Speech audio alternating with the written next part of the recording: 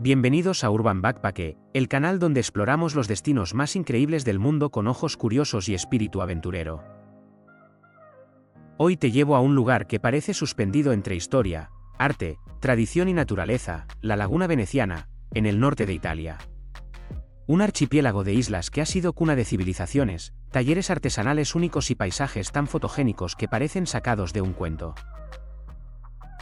Comenzaremos nuestro viaje en Venecia, la serenísima república que durante siglos gobernó los mares y aún hoy deslumbra con su red de canales, palacios renacentistas y plazas icónicas. Cruzaremos sus puentes, descubriremos sus secretos y entenderemos por qué esta ciudad única es patrimonio de la humanidad. Pero Venecia no está sola. Rodeada por la inmensa laguna, se extienden islas con personalidad propia que bien merecen una escapada. Murano, famosa en todo el mundo por su tradición artesanal del vidrio soplado, donde los maestros vidrieros han perfeccionado técnicas casi milenarias que datan de la Edad Media. Burano, un arcoíris sobre el agua. Sus casas pintadas de colores vivos no solo ofrecen una postal perfecta, sino que esconden la historia de una comunidad de pescadores y una tradición centenaria de encaje que aún se puede ver en acción. Torcello, la isla que te transporta al origen de Venecia. Aquí se asentaron los primeros pobladores tras las invasiones bárbaras, y aún hoy se pueden admirar mosaicos bizantinos espectaculares en su basílica centenaria. Y como contraste a la historia y artesanía, más al este nos espera Lido di Jesolo, un destino de playa vibrante sobre el mar Adriático, famoso por sus kilómetros de arena dorada, vida activa al aire libre y ambiente festivo que atrae a millones de visitantes cada año. En este vídeo no solo te mostraré qué ver en cada lugar, sino que sentir, historias curiosas, datos sorprendentes y consejos de viaje que solo un guía profesional puede ofrecerte. Así que ponte cómodo, abre tus sentidos y prepárate para un recorrido inolvidable por el norte de Italia. Ahora nos detenemos frente al Hotel Santa Chiara, un edificio que forma parte de la historia urbana de Venecia mucho más allá de ser simplemente un lugar para alojarse. La estructura principal del hotel se originó a partir de un antiguo convento de monjas de la Orden de las Ursulinas, que databa de hace más de 5 siglos. Este convento fue gradualmente modificado y parcialmente demolido para dar espacio al canal Río Novo y a la ampliación de Piazzale Roma, la explanada que hoy actúa como puerta de entrada para quienes llegan a la ciudad por tierra. Lo que ahora vemos es un ensamblaje de distintas épocas. Por un lado, la parte más antigua del edificio conserva vestigios de su pasado monástico, con muros gruesos y proporciones sobrias que evocan la arquitectura funcional de los siglos pasados. Por otro lado, se levantaron alas más modernas con acabados contemporáneos, incluidos tramos de mármol blanco relacionados con las intervenciones urbanas realizadas alrededor del puente de la Constitución y la nueva infraestructura de transporte. Esta mezcla no es casualidad, sino un reflejo del propio carácter de Venecia, una ciudad en la que lo antiguo y lo nuevo conviven, dialogan y a veces colisionan. La fachada que da al Gran Canal y a Piazzale Roma no sigue un único estilo arquitectónico uniforme. Más bien, su lectura revela capas de historia, las partes más antiguas conservan un aire tradicional veneciano, mientras que las ampliaciones recientes se integran como una respuesta a las necesidades modernas sin borrar por completo su herencia. Una curiosidad interesante, durante la demolición parcial del convento en el siglo XIX, los arquitectos descubrieron restos de muros medievales y antiguas estructuras hidráulicas, evidencia de que esta zona ya era utilizada para funciones urbanas y de almacenamiento de agua mucho antes de que se construyera el Piazzale Roma. Esto nos recuerda que Venecia está literalmente construida sobre capas de historia, algunas visibles y otras ocultas bajo el pavimento y los canales. Además, su ubicación en Piazzale Roma, la única zona del centro histórico de Venecia accesible en coche, nos habla del cambio radical que experimentó la ciudad a principios del siglo XX, cuando se abrió la conexión terrestre con el continente y se transformó la manera de llegar y de moverse por la ciudad. Así, el Hotel Santa Chiara no es solo un edificio con vistas al agua, es un punto de transición entre la Venecia antigua y la contemporánea, un sitio donde la historia arquitectónica y la función urbana se entrelazan de manera visible.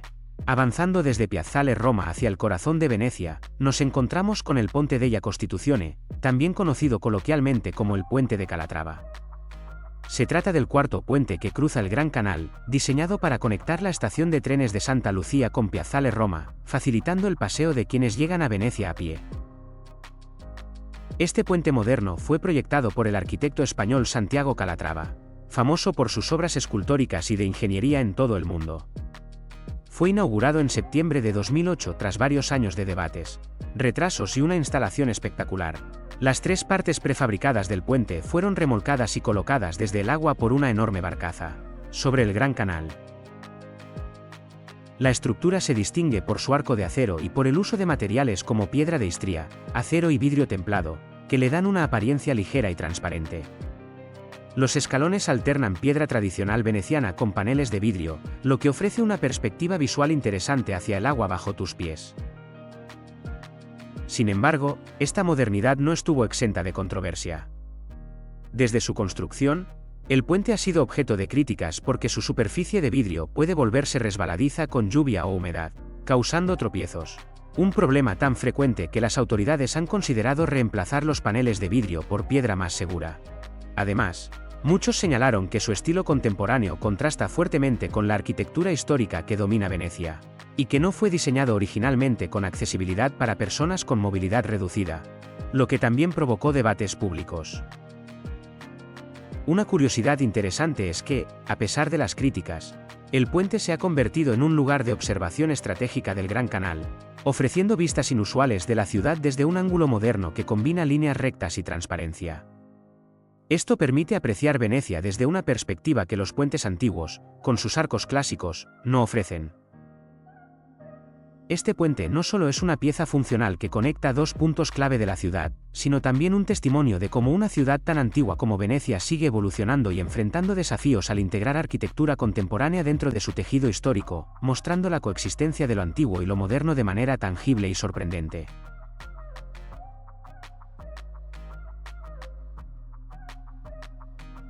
La iglesia de San Giacomo di Rialto, conocida popularmente como San Giacometto por su tamaño reducido, es una de las iglesias más antiguas de Venecia y uno de los hitos históricos más fascinantes del barrio de San Polo, justo al lado del famoso puente de Rialto. Según la tradición veneciana, este templo fue fundado en el año 421, coincidiendo con la legendaria fecha de la fundación de Venecia, cuando un carpintero llamado Candioto o Eutinopolo lo erigió en honor a San Giacomo tras pedir su ayuda para sofocar un incendio en la zona del mercado.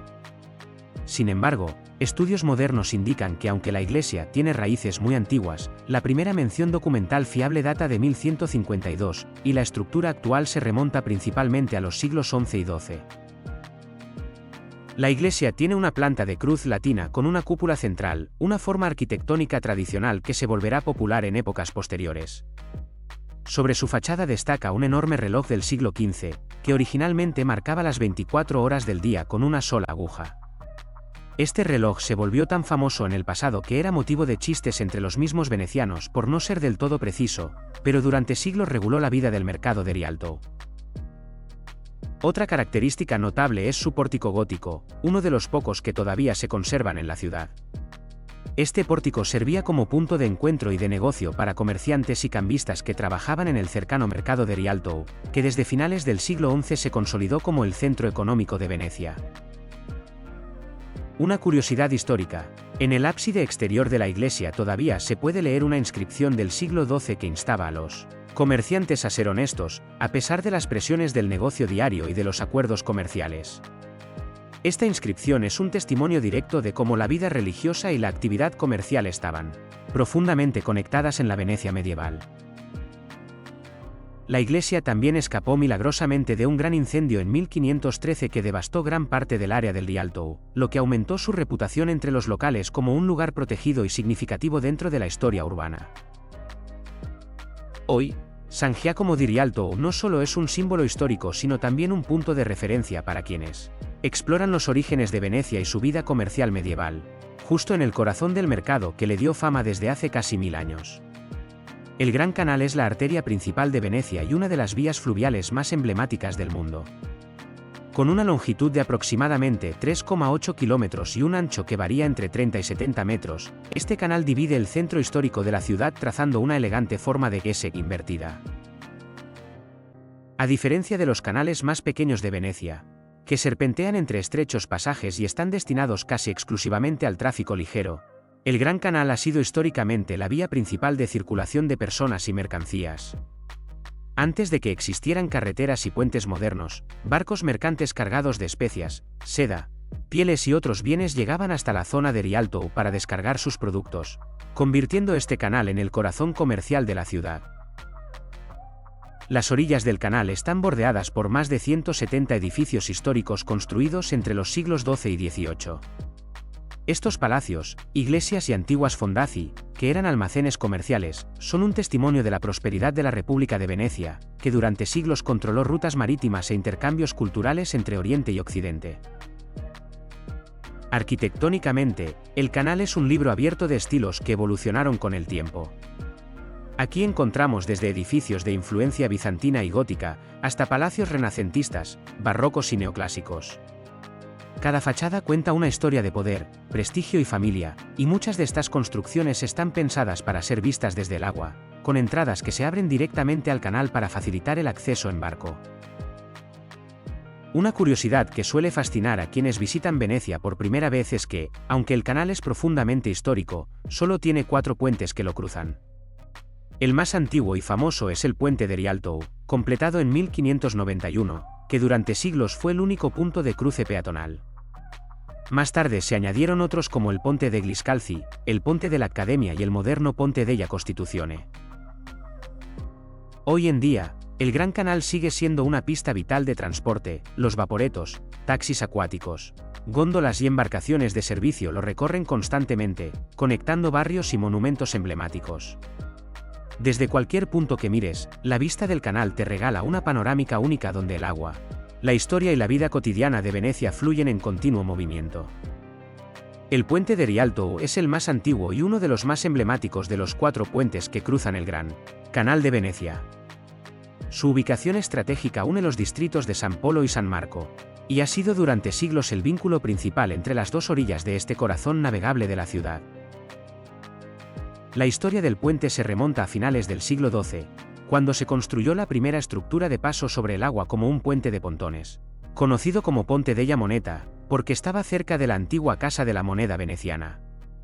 Con el aumento del tráfico y la importancia del cercano mercado de Rialto, ese puente flotante fue reemplazado por uno de madera en el siglo XIII, que a su vez se reconstruyó varias veces hasta que, tras varios colapsos y daños estructurales, se decidió levantar una obra más duradera.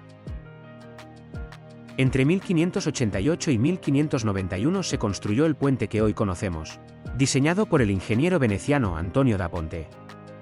Este diseño fue elegido tras décadas de propuestas y estudios, incluso considerando proyectos de arquitectos tan renombrados como Andrea Palladio, Jacopo Sansovino e incluso ideas atribuidas a Miguel Ángel, aunque finalmente se optó por una solución más práctica y sólida. El puente está construido en piedra de Istria, una caliza resistente a la sal marina, y descansa sobre miles de pilotes de madera hincados en el lecho del canal para asegurar su estabilidad sobre el terreno blando de la laguna. Su estructura es un solo arco de grandes proporciones que permite el paso continuo de embarcaciones por debajo, sin pilares intermedios que obstaculicen la navegación. Una de sus características más distintivas es que el puente alberga filas de tiendas a ambos lados, una tradición que viene desde las versiones anteriores del puente de madera. Estas tiendas, que en tiempos venecianos vendían productos como telas, especias y joyería, todavía hoy ocupan los espacios laterales del puente, mezclando comercio con paso peatonal. Una curiosidad interesante es que durante más de 250 años el puente de Rialto fue el único cruce fijo del Gran Canal, hasta que se construyeron otros como el Ponte degli Scalzi, el Ponte de la Accademia y el moderno Ponte della Costituzione. Esto lo convirtió en un lugar de enorme importancia práctica y simbólica, central en la vida cotidiana de Venecia, desde el comercio hasta las celebraciones cívicas. Hoy, además de ser un punto de paso estratégico, el puente de Rialto es un icono arquitectónico profundamente vinculado a la historia, el comercio y la ingeniería de Venecia, y sigue siendo uno de los lugares más fotografiados y transitados de toda la ciudad. La iglesia de San Salvador es una de las iglesias más importantes y céntricas de Venecia, situada en el Campo San Salvador, junto a la famosa calle comercial de las Mercerie, que conecta el puente de Rialto con la plaza de San Marcos. Su ubicación la convierte en un punto inevitable para quienes exploran el corazón histórico de la ciudad. La historia del templo se remonta a un lugar de culto que existía desde al menos el siglo XII, Aunque según algunas tradiciones venecianas primitivas había una iglesia en este sitio ya en el siglo VII, poco después de la fundación legendaria de Venecia, lo que la sitúa entre las más antiguas de la ciudad si se considera esa tradición. La iglesia que vemos hoy fue reconstruida entre 1506 y 1534 sobre las ruinas de las edificaciones anteriores. El proyecto original fue iniciado por el arquitecto Giorgio Spavento, y tras su muerte continuaron los trabajos Tullio Lombardo y Vincenzo Scamozzi, con probable participación de Jacopo Sansovino, uno de los maestros del Renacimiento veneciano. Exteriormente destaca su fachada barroca, que se añadió posteriormente en 1663 por Giuseppe Sardi. Esta fachada contrasta con la arquitectura renacentista del interior, y está decorada con elementos escultóricos que aportan un ritmo dinámico al conjunto, típico del barroco tardío veneciano. El interior de San Salvador es un gran ejemplo de arquitectura renacentista en Venecia. La iglesia está diseñada como una gran sala con 3 naves formadas por cruces griegas sucesivas, y cada una de estas se cubre con una cúpula dotada de una linterna que deja entrar luz cenital al espacio, creando una atmósfera envolvente y profunda. En cuanto al arte que alberga, San Salvador conserva varias obras maestras. Entre las más destacadas se encuentran 2 pinturas de Tiziano, la Anunciación y la Transfiguración, esta última situada sobre el altar mayor y que, en determinadas fiestas religiosas, se baja para revelar un retablo de plata detrás de ella. También podemos encontrar monumentos funerarios importantes, como el del Dux Francesco Venier, obra de Jacopo Sansovino con esculturas de Alessandro Vittoria. Las paredes y capillas laterales contienen obras de otros artistas venecianos que reflejan la riqueza artística de la ciudad durante el Renacimiento. Una curiosidad histórica interesante es que debajo de una de las columnas de la fachada todavía se puede ver una bala de cañón incrustada, recuerdo del bombardeo de 1849 por parte de las fuerzas austriacas durante el asedio, que enfrentó a Venecia en su breve intento de independencia republicana. Además de su valor artístico y arquitectónico, San Salvador sigue siendo una iglesia activa y un centro cultural en Venecia, donde se celebran misas, conciertos y eventos comunitarios, manteniendo viva su función social además de su función histórica y estética. La Basílica de San Marcos es uno de los monumentos más icónicos y visitados de Venecia, situada en la Plaza de San Marcos, frente al Palacio Ducal. Esta iglesia fue construida para albergar las reliquias de San Marcos Evangelista, traídas a Venecia desde Alejandría en el año 828, y con el tiempo se convirtió en símbolo de la riqueza, el poder y la ambición artística de la República de Venecia. Su diseño es un ejemplo excepcional de arquitectura bizantina, con influencias mediterráneas que reflejan las conexiones comerciales y culturales de la ciudad con el Imperio bizantino. La planta de la basílica sigue un esquema de cruz griega con 5 cúpulas que se elevan sobre el edificio, cada una decorada con mosaicos dorados que recrean escenas bíblicas y episodios de la vida de Cristo y los santos. La fachada exterior es un espectáculo visual compuesto por múltiples arcos, columnas ornamentadas, esculturas y mosaicos que narran historias religiosas. En la parte superior se encuentra el famoso lema con el león alado de San Marcos, el emblema de la ciudad, sosteniendo un libro con la inscripción Pax Tibi Marce, Evangelista Meus. Una característica histórica intrigante de la basílica son los 4 caballos de bronce ubicados en la loggia superior de la fachada occidental. Estos caballos, originalmente esculturas grecorromanas, fueron traídos desde Constantinopla tras la Cuarta Cruzada y simbolizan la grandeza y el dominio marítimo de Venecia en el Mediterráneo. Los originales fueron retirados y preservados en el interior para protección, y hoy en su lugar se muestran réplicas. El interior de San Marcos es igualmente impresionante. Está cubierto por más de 8.000 metros cuadrados de mosaicos dorados, realizados entre los siglos XI y XIII, que representan escenas del Antiguo y Nuevo Testamento en un despliegue artístico que combina luz y color de forma única. Uno de los tesoros más valiosos de la basílica es el Pala de Oro, un retablo de oro trabajado con esmaltes y gemas preciosas, considerado una obra maestra de la orfebrería bizantina. Este impresionante altar mide más de 3 metros de largo y está incrustado con miles de perlas, esmeraldas, zafiros y otros minerales preciosos, muchos de ellos adquiridos a lo largo de siglos de colecciones y donaciones. El suelo de la basílica también merece atención, sus intrincados mosaicos y tableros de mármol presentan patrones geométricos y motivos de animales y plantas, y debido al asentamiento natural de Venecia sobre pilotes de madera, el pavimento muestra una leve ondulación que da una sensación casi líquida al caminar sobre él. Una curiosidad fascinante es que la basílica, pese a estar construida sobre una ciudad que literalmente flota sobre el agua, ha soportado incendios, terremotos y numerosas inundaciones a lo largo de los siglos, incluida la famosa Aqua Alta. Las mareas altas que a veces inundan la plaza de San Marcos y el interior mismo del templo. Esto la convierte en un testimonio no solo artístico, sino también de la resistencia y la historia de Venecia.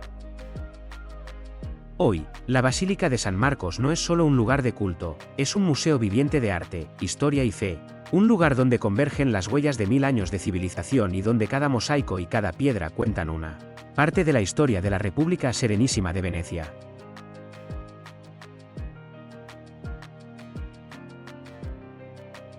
En la fachada occidental de la Basílica de San Marcos, sobre la puerta conocida como San Alipio, se conserva uno de los mosaicos más valiosos y antiguos del exterior del templo. Se trata de la luneta que representa la traslación del cuerpo de San Marcos a Venecia, una obra datada a finales del siglo XIII, aproximadamente entre 1260 y 1275, y una de las pocas decoraciones medievales originales que aún permanecen en la fachada. Este mosaico narra un episodio fundamental para la historia de la ciudad, la llegada de las reliquias de San Marcos Evangelista a Venecia en el año 828. Según la tradición, dos mercaderes venecianos lograron sacar el cuerpo del santo de Alejandría y trasladarlo a la laguna, donde sería depositado en la basílica construida en su honor, convirtiendo a San Marcos en el patrón de la ciudad y reforzando el prestigio religioso y político de la República. La escena muestra el cuerpo del evangelista siendo conducido solemnemente hacia la basílica, acompañado por autoridades religiosas y civiles. Entre las figuras se identifica al dux, lo que subraya la estrecha relación entre el poder político y la religión en la Venecia medieval. Esta representación no es solo devocional, sino también un mensaje visual de legitimidad y autoridad para la ciudad. Uno de los aspectos más interesantes del mosaico es que incluye una representación de la propia Basílica de San Marcos tal como se concebía en el siglo XIII. Esto convierte la luneta en un documento visual de gran valor histórico, ya que permite observar cómo se imaginaba el edificio antes de las transformaciones posteriores que enriquecieron su decoración y su estructura. El mosaico está realizado con teselas de vidrio y oro, creando un fondo dorado que refleja la luz y resalta las figuras, una técnica característica del arte bizantino adoptada y reinterpretada por los artesanos venecianos. Este tipo de imágenes cumplía una función narrativa esencial, ya que servía para transmitir historias religiosas y fundacionales a una población mayoritariamente analfabeta. Una curiosidad especialmente relevante es que esta luneta es la única que se conserva de forma original de un ciclo más amplio de mosaicos dedicados a la traslación de San Marcos en la fachada. Las demás escenas fueron sustituidas o profundamente restauradas en siglos posteriores, lo que hace que este mosaico sea una pieza excepcional para comprender el aspecto original de la basílica medieval. Este mosaico no solo decora una de las entradas del templo, sino que actúa como una declaración visual de identidad. Recuerda a quien entra que Venecia se construyó alrededor de la figura de San Marcos y que su historia, su fe y su poder están inseparablemente unidos desde hace más de 1000 años. La Torre del Orologio, conocida también como la Torre del Reloj o Torre dei Mori, es uno de los monumentos más emblemáticos de la Plaza de San Marcos en Venecia, y marca el inicio de la calle Mercerie, la histórica arteria comercial que conduce hacia el puente de Rialto. La torre fue construida entre 1496 y 1499, con un diseño atribuido al arquitecto Mauro Coduzzi, uno de los pioneros de la arquitectura renacentista veneciana. Desde su inauguración el 1 de febrero de 1499, la Torre del Orologio no solo ha servido como reloj público, sino también como símbolo del poder y la sofisticación tecnológica de la República de Venecia, que quería demostrar su dominio del tiempo y del comercio marítimo. Su posición sobre un arco de triunfo arquitectónico hace que la torre funcione como una especie de puerta histórica, entre la plaza y la Mercerie, representando tanto la entrada al corazón comercial de la ciudad como un punto de conexión visual entre la Basílica de San Marcos y el resto del tejido urbano. La característica más llamativa es, por supuesto, su reloj astronómico, Una gran esfera decorada con esmalte azul y dorado que no solo indica las horas, sino también las fases de la luna y los signos del zodiaco. Una verdadera máquina celeste concebida para ayudar a marineros y ciudadanos a orientarse tanto en el tiempo como en las estaciones del año. Encima de la esfera principal hay un nicho con una representación de la Virgen María con el Niño Jesús, y más arriba se encuentra el emblema de Venecia, el león alado de San Marcos, símbolo de la ciudad y de su santo patrón. En la terraza superior están las figuras de bronce conocidas como los moros, por su pátina oscura, dos gigantes mecánicos que golpean una gran campana al marcar cada hora, una escena que se ha convertido en uno de los momentos más esperados para quienes visitan la plaza. Una curiosidad fascinante es que el reloj tenía originalmente un mecanismo más complejo que incluía figuras móviles de los Reyes Magos que salían y se inclinaban ante la Virgen cada hora durante las celebraciones de la Epifanía y la Semana de la Ascensión. Aunque con el tiempo estos mecanismos se deterioraron, fueron restaurados en el siglo XVIII y todavía se activan en esas fechas especiales. La torre del orologio ha sido restaurada varias veces a lo largo de los siglos para mantener su precisión y su estructura, incluida una gran restauración entre 1997 y 2006 en honor a su quinto centenario. Hoy, la torre del orologio no solo marca las horas en la plaza más famosa de Venecia, sino que también cuenta una historia de ciencia, arte y vida cívica, recordándonos cómo el tiempo estuvo siempre ligado al comercio, la religión y la identidad de esta ciudad única. La Porta della Carta es la entrada ceremonial que conecta la Plaza de San Marcos con el Palacio Ducal y marca el paso simbólico entre el espacio religioso de la Basílica y el centro del poder político de la República de Venecia. Fue construida entre 1438 y 1442 por los arquitectos Giovanni y Bartolomeo Bon, en un estilo gótico tardío veneciano que anuncia ya la transición hacia el Renacimiento. Su nombre, Porta della Carta, se interpreta tradicionalmente como una referencia al lugar donde se publicaban decretos oficiales o se recogían peticiones dirigidas al gobierno, aunque no existe un documento definitivo que lo confirme. En cualquier caso, la puerta funcionaba como un punto clave de comunicación entre el Estado y los ciudadanos. La portada está ricamente decorada con esculturas y relieves. En el centro destaca la figura del dux Francesco Foscari arrodillado ante el león alado de San Marcos, una imagen cargada de simbolismo político. El mensaje es claro: incluso el máximo gobernante de Venecia se somete a la autoridad del Santo Patrón y, por extensión, a las leyes de la República. La escultura original fue destruida durante la ocupación napoleónica en 1797 y la que vemos hoy es una reconstrucción del siglo XIX. Sobre el arco aparece una figura de la justicia con espada y balanza, reforzando la idea de que el Palacio Ducal no era solo la residencia del dux, sino también la sede de los tribunales y de las principales instituciones del Estado. Todo el conjunto actúa como una declaración visual del orden, la legalidad y el equilibrio de poderes que Venecia quería proyectar. Tras atravesar la Porta della Carta se alza la fachada del Palacio Ducal, uno de los edificios civiles más singulares de Europa. Construido principalmente entre los siglos XIV y XV, combina elementos del gótico veneciano con soluciones estructurales únicas. A diferencia de otros palacios fortificados, el Palacio Ducal transmite ligereza y apertura, a pesar de su función política y administrativa. La fachada se organiza en tres niveles claramente diferenciados. Los dos primeros están formados por amplias galerías de arcos sostenidas por columnas de mármol, mientras que el cuerpo superior es un gran muro decorado con un patrón geométrico de mármol blanco y rosa de Verona. Esta disposición crea un efecto visual sorprendente: el edificio parece más ligero en la base y más pesado en la parte superior, invirtiendo la lógica arquitectónica tradicional. Las columnas no son meramente estructurales, también tienen un valor simbólico. Dos de ellas, la novena y la décima del nivel inferior, están marcadas porque entre ellas se leían antiguamente las sentencias de muerte. Desde ese punto partían los condenados hacia las prisiones y, en algunos casos, hacia la ejecución. La fachada que da a la laguna era la primera imagen que veían embajadores y visitantes que llegaban por mar. Por eso el Palacio Ducal fue concebido como una auténtica escenografía del poder veneciano, pensada para impresionar sin recurrir a murallas ni elementos defensivos visibles. Una curiosidad importante es que, aunque el palacio parece perfectamente simétrico, no lo es del todo. Las diferentes fases de construcción y reconstrucción, especialmente tras incendios, provocaron ligeras irregularidades que hoy pasan desapercibidas, pero que revelan cómo el edificio evolucionó durante siglos sin perder su coherencia visual. La Porta della Carta y la fachada del Palacio Ducal no son solo elementos arquitectónicos, sino un manifiesto de piedra. Aquí Venecia mostraba al mundo cómo entendía el poder, la justicia y la relación entre religión y Estado, todo integrado en un único escenario urbano frente a la Plaza de San Marcos.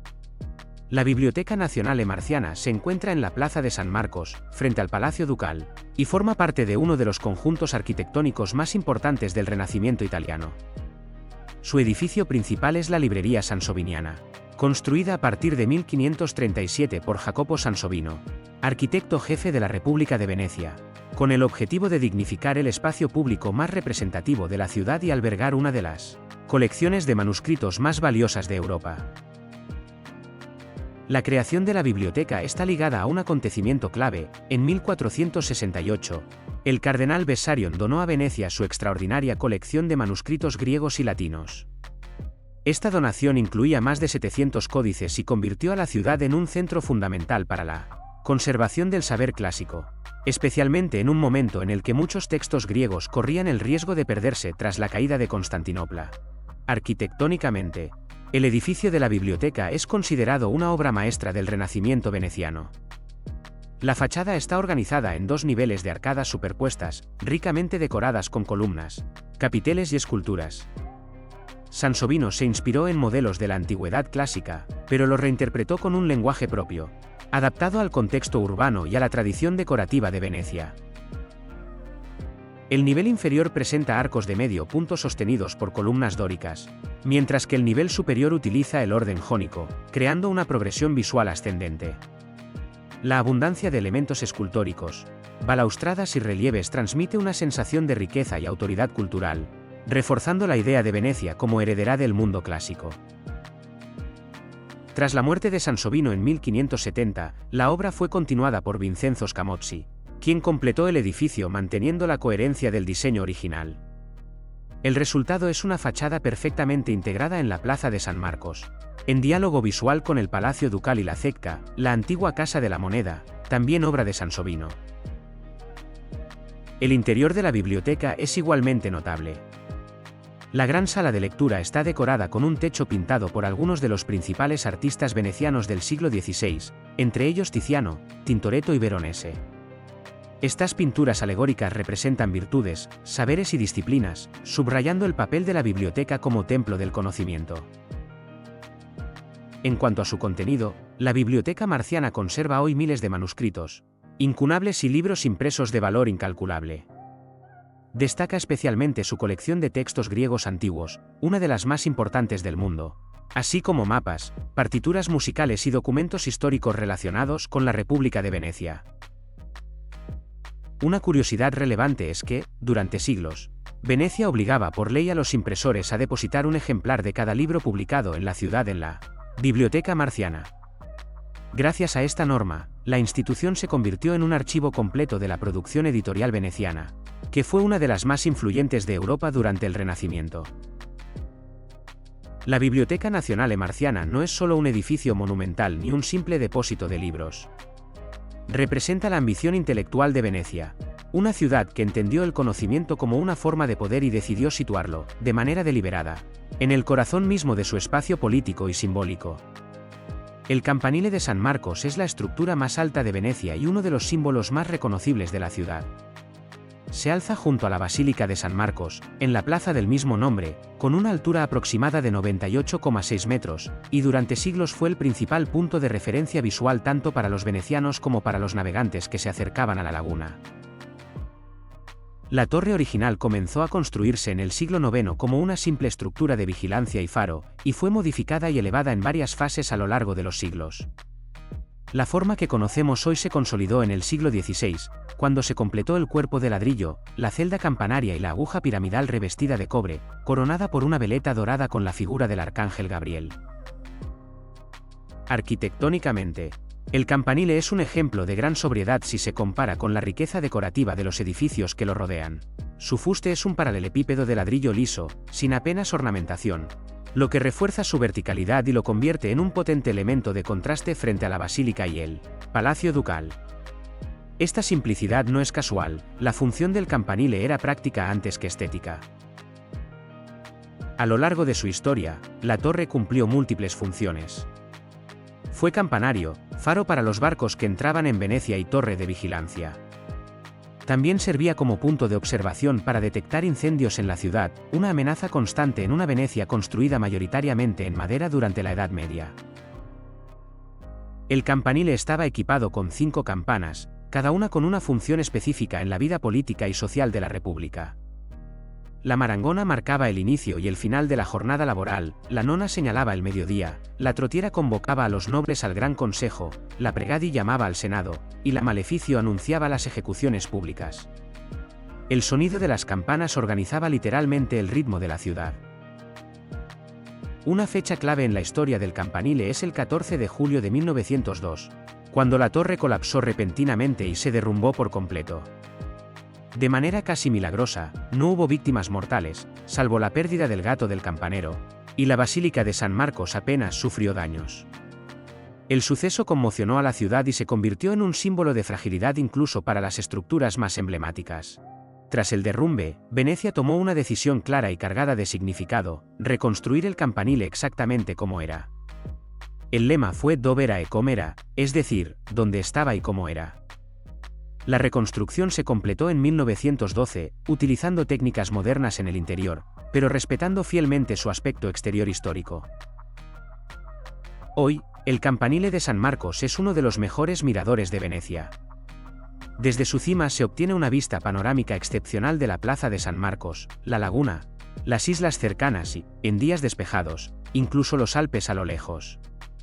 Curiosamente, Galileo Galilei utilizó esta torre en 1609 para presentar por primera vez su telescopio a las autoridades venecianas, permitiéndoles observar barcos a gran distancia antes de que llegaran al puerto, una ventaja estratégica clave para la República. El campanile no es solo una torre ni un simple mirador.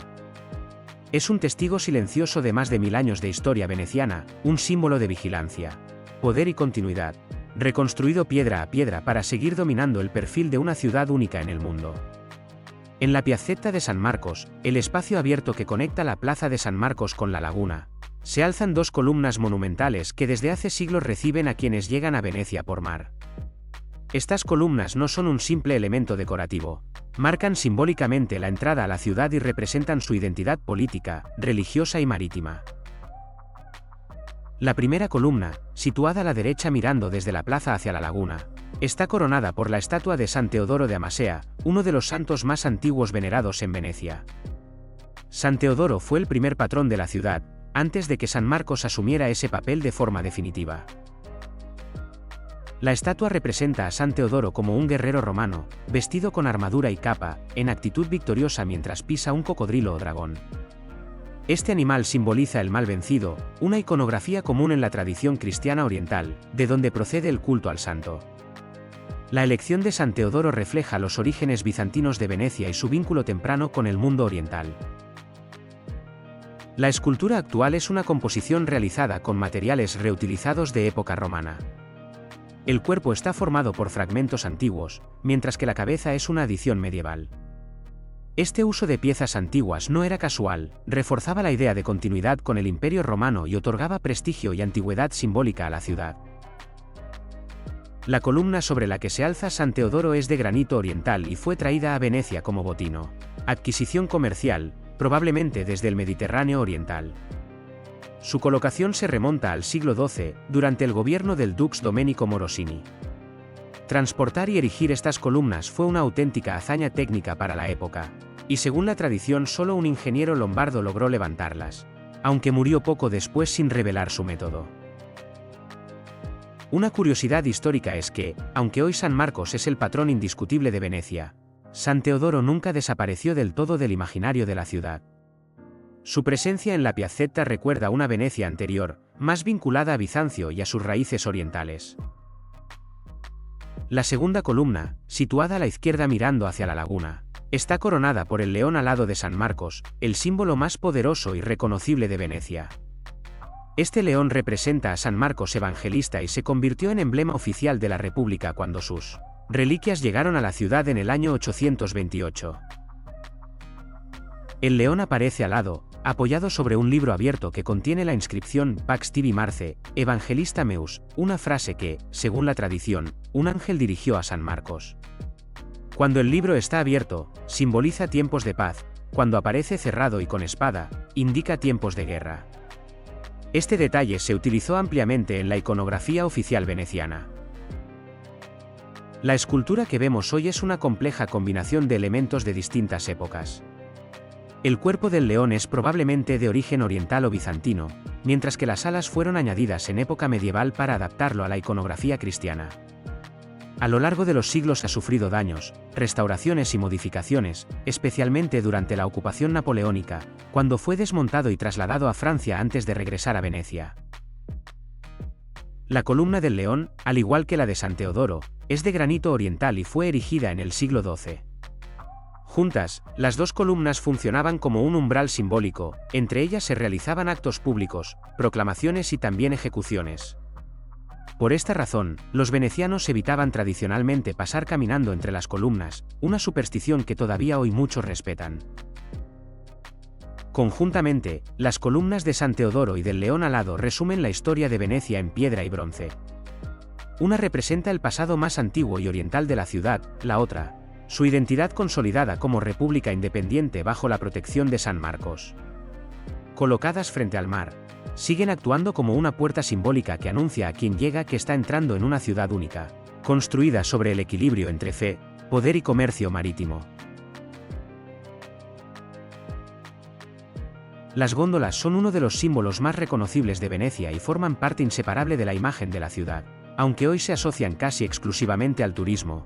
Durante siglos fueron el principal medio de transporte privado de los venecianos, especialmente entre las familias acomodadas y las autoridades de la República.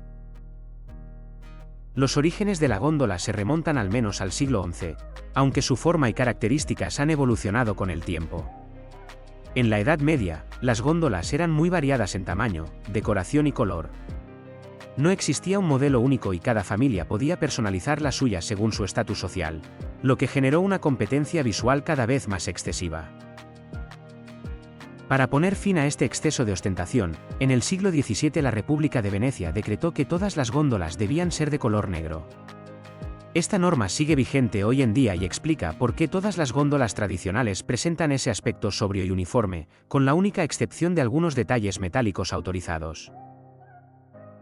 La góndola actual mide aproximadamente 11 metros de largo y poco más de 1,4 metros de ancho, y está diseñada de forma asimétrica.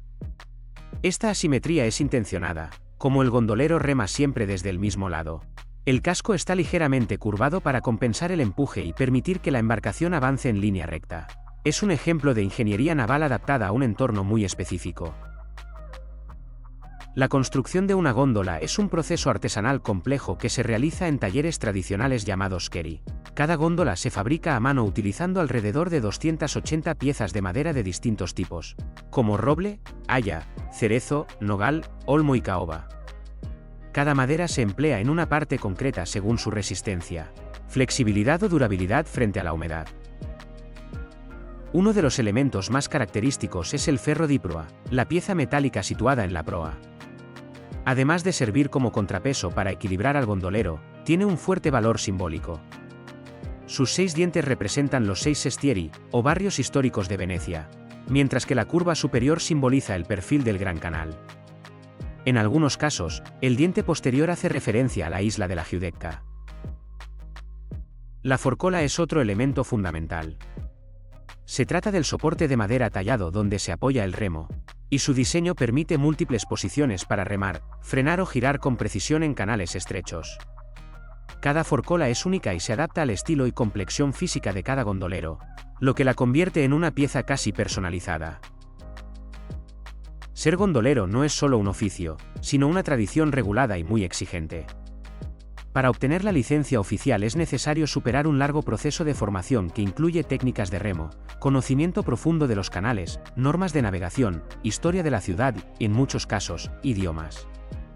El número de licencias está limitado y se transmite a menudo dentro de las mismas familias. Durante siglos, las góndolas también tuvieron un uso político y ceremonial. El dux utilizaba una góndola especial, ricamente decorada, para actos oficiales, procesiones y eventos diplomáticos. Uno de los rituales más conocidos era el desposalicio del mare, en el que el dux simbolizaba el matrimonio de Venecia con el mar, reforzando la identidad marítima de la República. Una curiosidad poco conocida es que antiguamente las góndolas llevaban una cabina cerrada llamada felce, que protegía a los pasajeros del frío y garantizaba privacidad. Estas estructuras desaparecieron a lo largo del siglo XIX, cuando la góndola pasó progresivamente de ser un medio de transporte cotidiano a un elemento más ligado al ocio y, finalmente, al turismo. Hoy en día, el número de góndolas activas en Venecia es relativamente reducido si se compara con el pasado. Se estima que operan alrededor de 400 góndolas, una cifra muy inferior a las miles que navegaban por los canales durante el apogeo de la República. Aún así, siguen siendo una parte viva del paisaje urbano y no una simple recreación histórica. Las góndolas no son solo un icono visual. Son el resultado de siglos de adaptación a una ciudad construida sobre el agua, una combinación de tradición, técnica y funcionalidad que refleja como pocas cosas la relación íntima entre Venecia y su entorno acuático. Frente a la plaza de San Marcos, separada por el amplio canal de la Giudecca, se encuentra la isla de San Giorgio Maggiore. Su posición es estratégica, aunque está justo enfrente del centro político y religioso de Venecia. Durante siglos fue un espacio más silencioso, ligado a la vida monástica y al estudio. La isla debe su nombre a la iglesia y al monasterio benedictino que se establecieron aquí en el año 982. Desde entonces, San Giorgio Maggiore ha mantenido una continuidad religiosa excepcional dentro de la ciudad.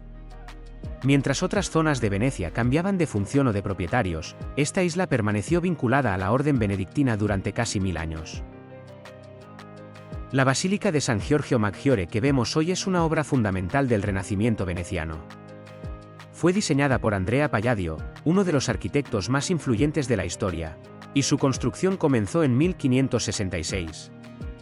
Palladio aplicó aquí sus estudios sobre la arquitectura clásica romana, adaptándolos a las necesidades litúrgicas cristianas.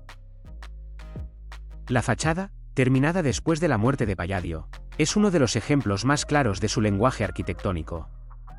Utiliza piedra blanca de Istria y está concebida como una superposición de dos fachadas clásicas, un gran frontón central que corresponde a la nave principal y otros elementos laterales que resuelven visualmente la diferencia de alturas entre la nave y las capillas. Este recurso permitió a Palladio aplicar un modelo clásico a un edificio cristiano sin romper la armonía visual. El interior de la basílica es sobrio y luminoso, muy distinto al estilo decorativo de San Marcos. Palladio diseñó el espacio para que la luz natural definiera la arquitectura. Las proporciones, la claridad geométrica y la ausencia de excesos decorativos crean una sensación de orden y equilibrio que refleja los ideales del Renacimiento.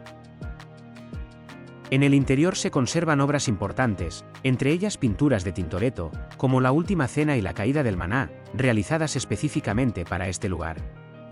Estas obras dialogan con la arquitectura, integrándose en el espacio sin imponerse sobre él. Uno de los elementos más destacados del conjunto es el campanile de San Giorgio Maggiore. Aunque recuerda visualmente al campanile de San Marcos, es una estructura independiente y ofrece una de las mejores vistas panorámicas de Venecia. Desde lo alto se comprende con claridad la relación entre la laguna, las islas y la trama urbana de la ciudad.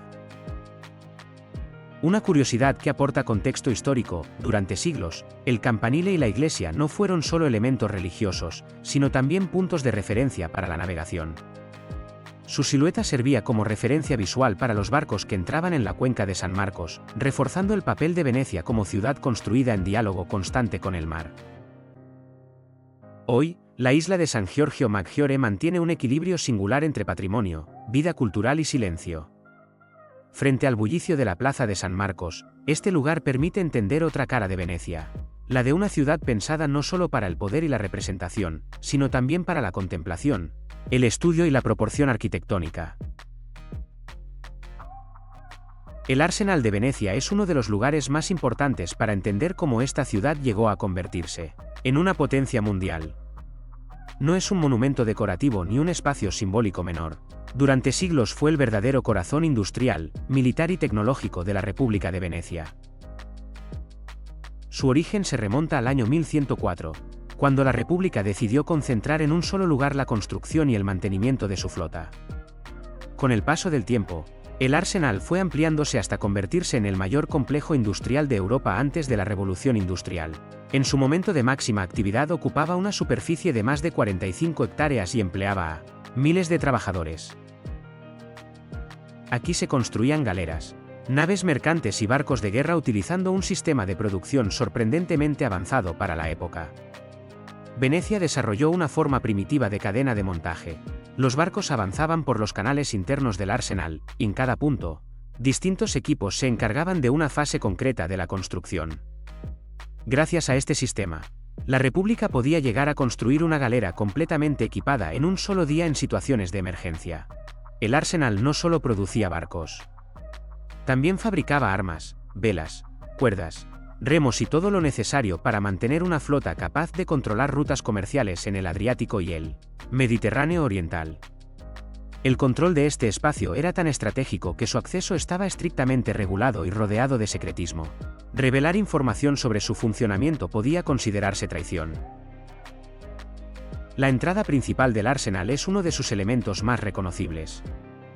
Está flanqueada por 4 leones de piedra, traídos como botín de guerra desde territorios del Mediterráneo Oriental.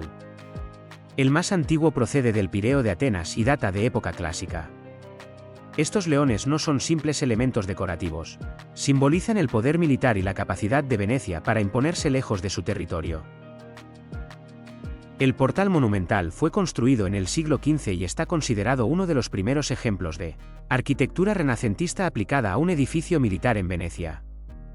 Su diseño transmite un mensaje claro: quien cruzaba esta puerta entraba en el núcleo del poder naval de la República.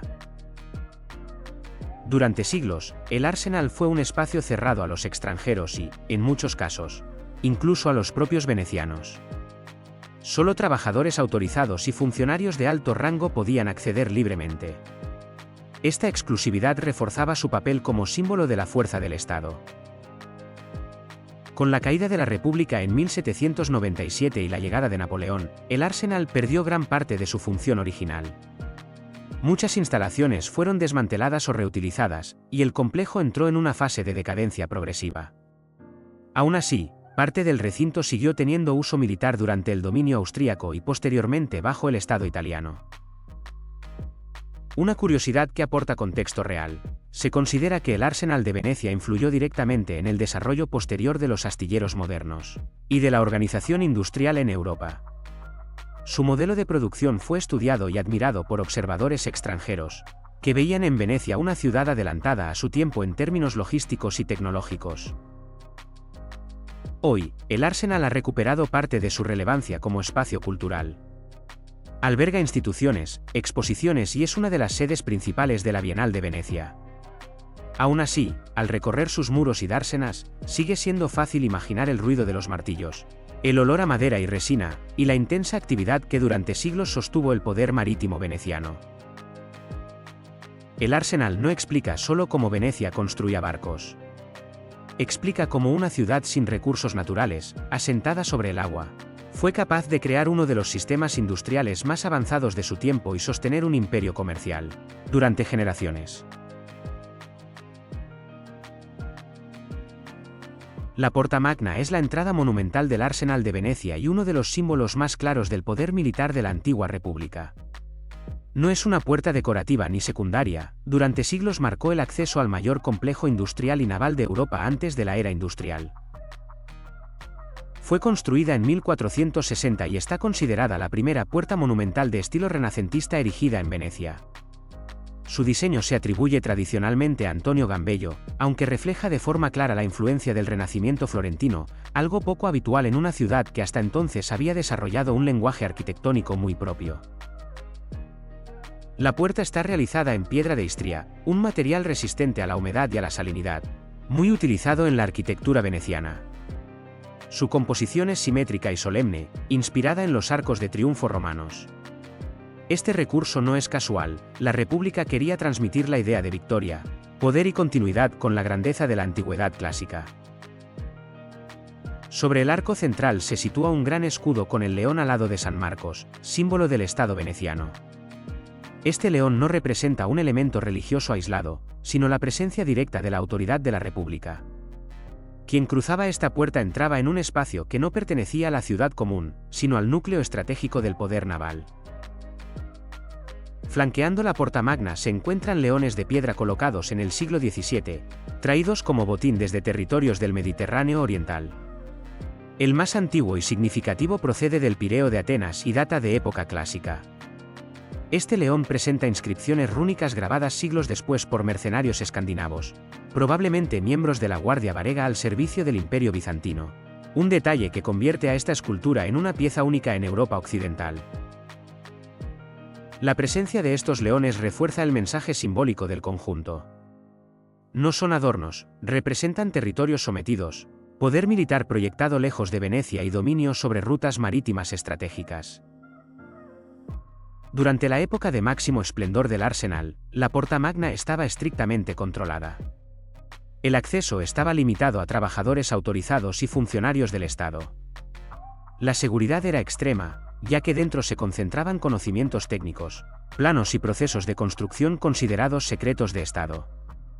Divulgar información sobre el funcionamiento del arsenal podía castigarse como traición. Una curiosidad que aporta contexto real: esta puerta no solo impresionaba a los visitantes, sino también a embajadores y enviados extranjeros. Cruzarla era una experiencia calculada para transmitir un mensaje político muy claro. Venecia no necesitaba ejércitos terrestres masivos, porque su verdadero poder estaba en el mar y comenzaba exactamente en este punto. Hoy, la Porta Magna sigue cumpliendo su función simbólica. Aunque el arsenal ya no es un complejo naval operativo, esta puerta continúa marcando la frontera entre la Venecia monumental y el espacio donde durante siglos se construyó la fuerza que sostuvo a la República. En la zona de la Riva degli Schiavoni, frente a la laguna, se encuentra una columna rostral dedicada a Maximiliano de Habsburgo. Esta columna es un homenaje histórico que recuerda la relación entre Venecia y el emperador del Sacro Imperio Romano Germánico, y forma parte del conjunto de monumentos que señalaban poder y prestigio en la ciudad. Se trata de una columna de tipo rostral, es decir, decorada con los rostros de barcos enemigos capturados o con proas de naves, un recurso inspirado en la tradición romana para simbolizar victorias marítimas.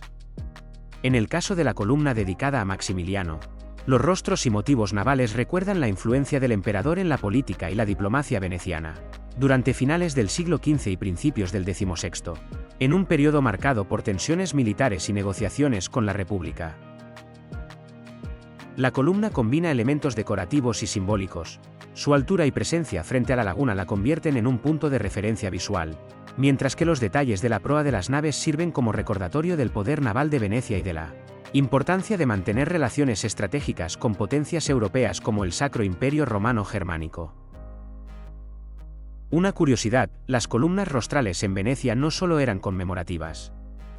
Su posición frente al agua también cumplía una función práctica. Servían como puntos de referencia para los barcos que llegaban a la ciudad desde el mar abierto, ayudando a guiar la navegación hacia la Riva degli Schiavoni y el centro histórico. Así, la columna de Maximiliano combina el simbolismo político con la utilidad náutica, reflejando la estrecha relación entre la República y el mar.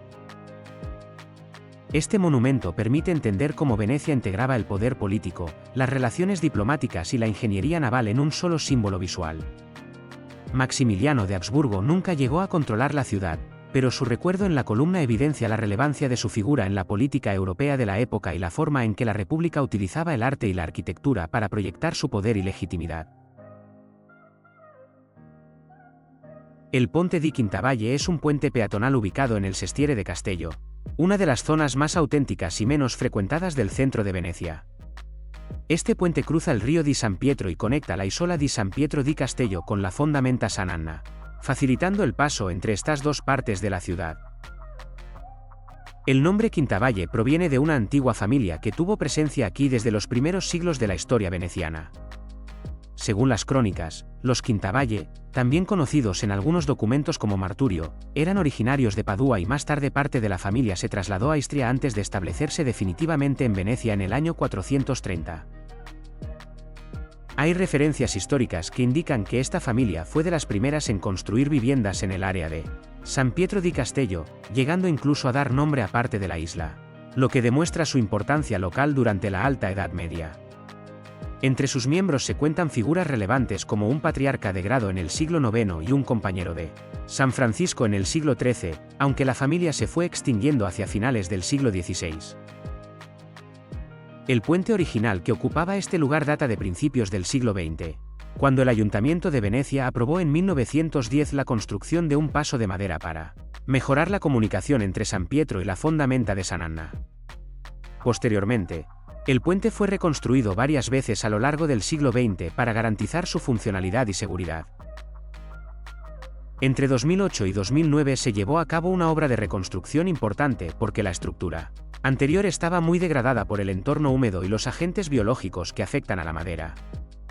La intervención reutilizó materiales tradicionales como madera de roble y lárice tratados para mejorar su durabilidad, y adaptó la estructura para cumplir con las normas actuales de accesibilidad, incorporando rampas y superficies antideslizantes.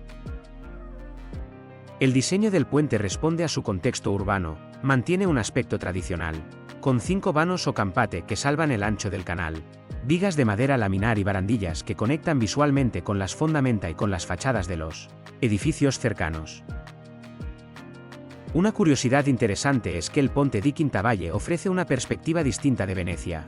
No es uno de los grandes puentes que atraen multitudes, sino un paso que permite observar la vida cotidiana del barrio de Castello, con pequeñas embarcaciones, redes de pescadores y actividades ligadas al trabajo en el agua, un área que conserva una sensación más tranquila y genuina. Este puente nos recuerda que Venecia no es solo grandes monumentos y canales famosos, sino también un entramado de pasos pequeños que conectan comunidades y revelan capas menos conocidas de la historia urbana.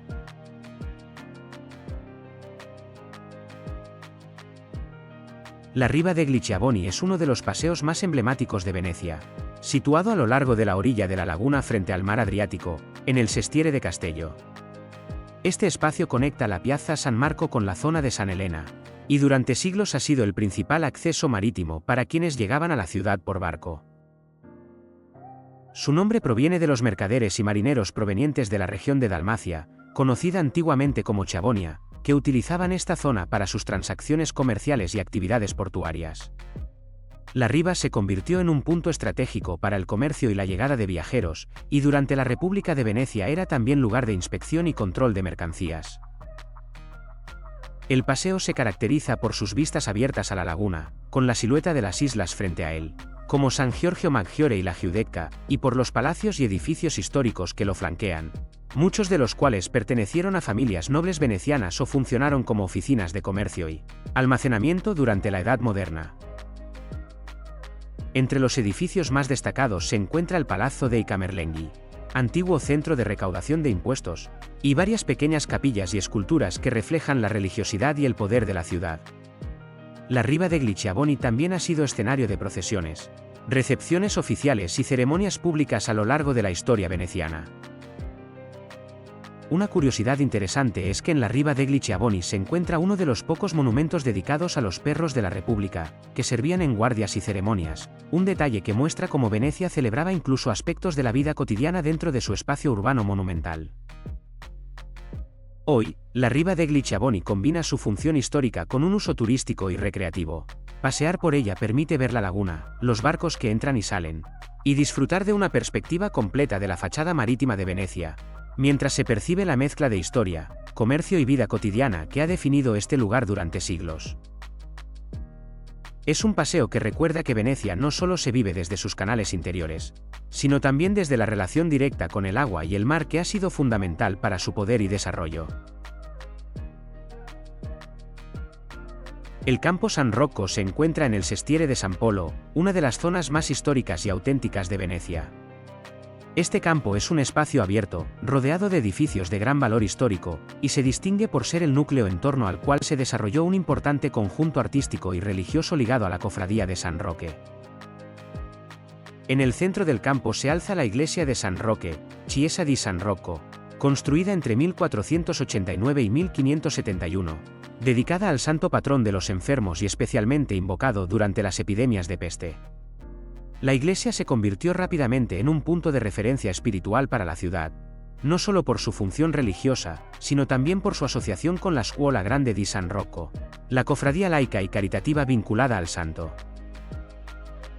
La Scuola Grande di San Rocco, fundada en 1478, se encuentra justo al lado de la iglesia y es uno de los ejemplos más importantes de las Scuole Grandi venecianas, instituciones laicas que combinaban caridad, cultura y poder social. Su fachada exterior es sobria y de estilo renacentista, pero el verdadero tesoro se encuentra en el interior. Una serie de salas decoradas con frescos de Tintoretto, entre ellos la crucifixión, el descendimiento de la cruz, y numerosas escenas bíblicas que muestran el virtuosismo y la intensidad dramática del artista. Estos frescos no solo representan un logro artístico excepcional, sino que también reflejan la función educativa y moral de la Scuola. Cada obra estaba pensada para inspirar a los miembros de la cofradía en su vida espiritual y en sus obligaciones de caridad. Tintoretto trabajó en el conjunto durante más de 20 años, y su estilo dinámico y teatral marcó un hito en la pintura veneciana del siglo XVI. El Campo San Rocco en sí conserva la atmósfera de barrio residencial y cofradía histórica. Hoy todavía se pueden ver los edificios que albergaban oficinas de la Scuola, residencias de los miembros y pequeños talleres. La plaza sirve también como espacio de reunión y circulación, mostrando cómo la vida urbana y la vida religiosa se entrelazaban en la Venecia renacentista. Una curiosidad que aporta valor al vídeo: la iglesia y la Scuola Grande fueron construidas y decoradas en tiempos en que Venecia sufría frecuentes epidemias de peste, y San Roque se convirtió en un símbolo de protección y esperanza. Los miembros de la Scuola no solo se encargaban de organizar actos religiosos, sino que también distribuían ayuda a los enfermos y a los más necesitados, mostrando cómo arte, fe y servicio social convivían en un mismo espacio. Hoy, el conjunto de Campo San Rocco, la iglesia y la Scuola Grande sigue siendo un punto imprescindible para quienes desean entender la relación entre religión, arte y vida social en la Venecia del Renacimiento, lejos del bullicio de los canales principales y con una visión más auténtica de la ciudad histórica. La iglesia de Santa María de Nazaret, conocida popularmente como Chiesa degli Scalzi, se encuentra en el Sestiere de Cannaregio, justo frente al Gran Canal, lo que le otorga una presencia imponente al acercarse en Vaporetto. Su ubicación estratégica la convierte en uno de los primeros edificios religiosos que los viajeros perciben al entrar a Venecia desde el norte. La iglesia pertenece a la Orden de los Carmelitas Descalzos, de ahí el apodo de Scalzi. Su construcción comenzó en 1656 y se prolongó hasta finales del siglo XVII, bajo la dirección de arquitectos como Baldassare Longhena, uno de los más destacados del barroco veneciano. La fachada, en mármol blanco de Istria, combina elementos clásicos y barrocos, con columnas corintias, estatuas y frontones que buscan crear un efecto de movimiento y grandiosidad, típico del estilo barroco tardío en Venecia. El interior de la iglesia es un despliegue de decoración barroca y esculturas. Destacan las obras de artistas como Giuseppe Pozzo, Giuseppe Ferrari y Bernardo Falconi, que trabajaron en los altares y en las capillas laterales. La planta es de nave única con crucero, lo que permite que la luz natural incida sobre los frescos y las estatuas, generando un efecto dramático que busca conmover y elevar espiritualmente al visitante. Una de las curiosidades más interesantes es que la iglesia sufrió grandes inundaciones y daños durante el siglo XIX, debido a la subida de la marea y al asentamiento del terreno sobre la laguna. Estas condiciones obligaron a varias restauraciones importantes, especialmente en el mármol de la fachada y los frescos interiores. Además, la iglesia tiene un papel histórico importante.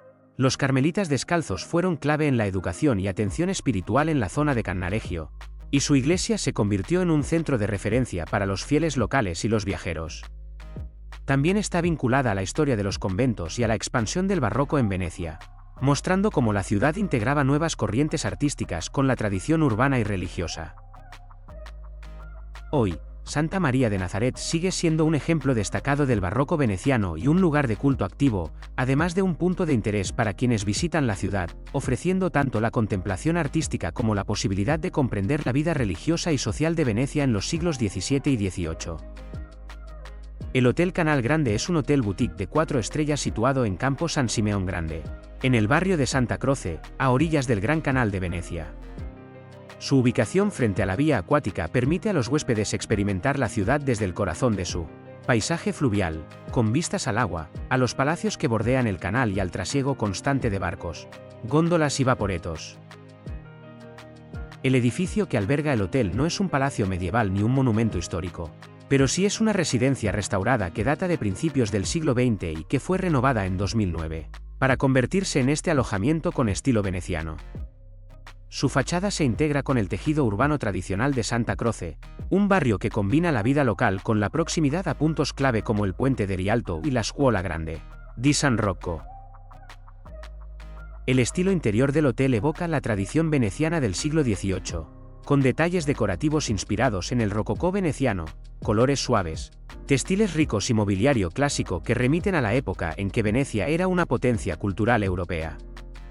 Las habitaciones varían desde opciones estándar hasta suites, muchas de las cuales ofrecen vistas directas al canal, un privilegio muy valorado por los viajeros.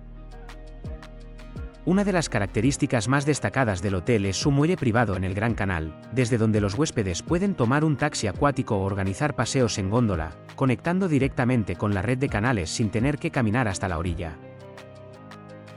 El hotel cuenta además con un bar y una terraza con vistas al Gran Canal, espacios que permiten disfrutar de un aperitivo al atardecer, observando cómo la luz dorada juega sobre el agua y las siluetas de los edificios. Aunque el Hotel Canal Grande no es un palacio histórico, su ubicación e integración en el paisaje urbano del Gran Canal lo convierten en un punto interesante para quienes desean vivir Venecia desde el agua, sentir la dinámica de la laguna al amanecer y comprender por qué la ciudad ha estado históricamente tan vinculada a su geografía fluvial.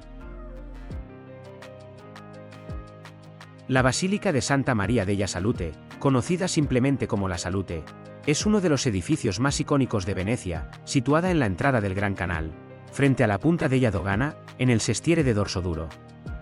Su ubicación estratégica marca el punto de encuentro entre la laguna y la ciudad, y desde el siglo XVII se ha convertido en un símbolo de protección y devoción popular. La basílica fue construida a partir de 1631 como voto de los venecianos a la Virgen María para proteger la ciudad de la peste que azotó Venecia entre 1630 y 1631, una de las epidemias más devastadoras de su historia. El proyecto fue encargado al arquitecto Baldassare Longhena, uno de los maestros del barroco veneciano, quien concibió un edificio con planta octogonal y una enorme cúpula que domina el horizonte del Gran Canal. La fachada, elaborada en piedra de Istria, está decorada con columnas corintias, estatuas y frontones que representan a santos y figuras alegóricas, mostrando un efecto teatral característico del barroco. Su imponente cúpula central, acompañada de cúpulas menores, refuerza la sensación de verticalidad y monumento, visible desde diferentes puntos de la ciudad y desde los canales de acceso a la laguna. El interior de la basílica está diseñado para la contemplación y la devoción. Cuenta con altares dedicados a distintos santos y numerosas obras de arte de renombrados pintores venecianos. Entre ellos destacan los lienzos de Tiziano, especialmente la Madonna della Salute, y las obras de Tintoretto, que adornan los retablos laterales. La luz natural entra por los ventanales de la cúpula, iluminando los frescos y creando un ambiente solemne que busca elevar la experiencia espiritual del visitante. Una curiosidad interesante es que cada 21 de noviembre, los venecianos celebran la Festa della Salute, una procesión que cruza un puente temporal sobre el canal construido especialmente para la ocasión, permitiendo a los fieles llegar a la basílica y rendir homenaje a la Virgen por la protección contra la peste. Esta tradición se mantiene viva desde hace casi 4 siglos y representa una de las expresiones más emblemáticas de la devoción popular en Venecia. La Basílica de Santa Maria della Salute no solo es un ejemplo sobresaliente de arquitectura barroca, sino también un símbolo de la resiliencia y fe de los venecianos, un lugar donde arte, historia y devoción se entrelazan frente a la majestuosa laguna veneciana. El Campo Herberia se encuentra en el sestiere de Castello, muy cerca de la zona de Rialto y del Mercato di Rialto, lo que lo convierte en un espacio con gran tradición comercial dentro de la Venecia histórica. Su nombre proviene del italiano herbe, debido a que en este campo se vendían antiguamente hierbas, verduras y productos agrícolas frescos, funcionando como uno de los mercados al aire libre más antiguos de la ciudad. Este campo, de forma irregular y rodeado de edificios residenciales y pequeños comercios, refleja la estructura urbana típica de Venecia, con calles estrechas que desembocan en plazas abiertas donde se concentraban actividades comerciales y sociales. Era un punto de encuentro cotidiano para los habitantes del Sestiere, especialmente para los comerciantes, campesinos y compradores que llegaban desde la tierra firme y los alrededores de la laguna. Aunque hoy en día parte de su función original ha desaparecido, el campo Herberia conserva el ambiente de mercado y vida urbana, con pequeños puestos de venta, bares y tiendas que recuerdan su pasado activo. Es un ejemplo de cómo las plazas de Venecia no solo se construían con fines ceremoniales o religiosos, sino también como espacios prácticos para el comercio, la reunión y la circulación de mercancías.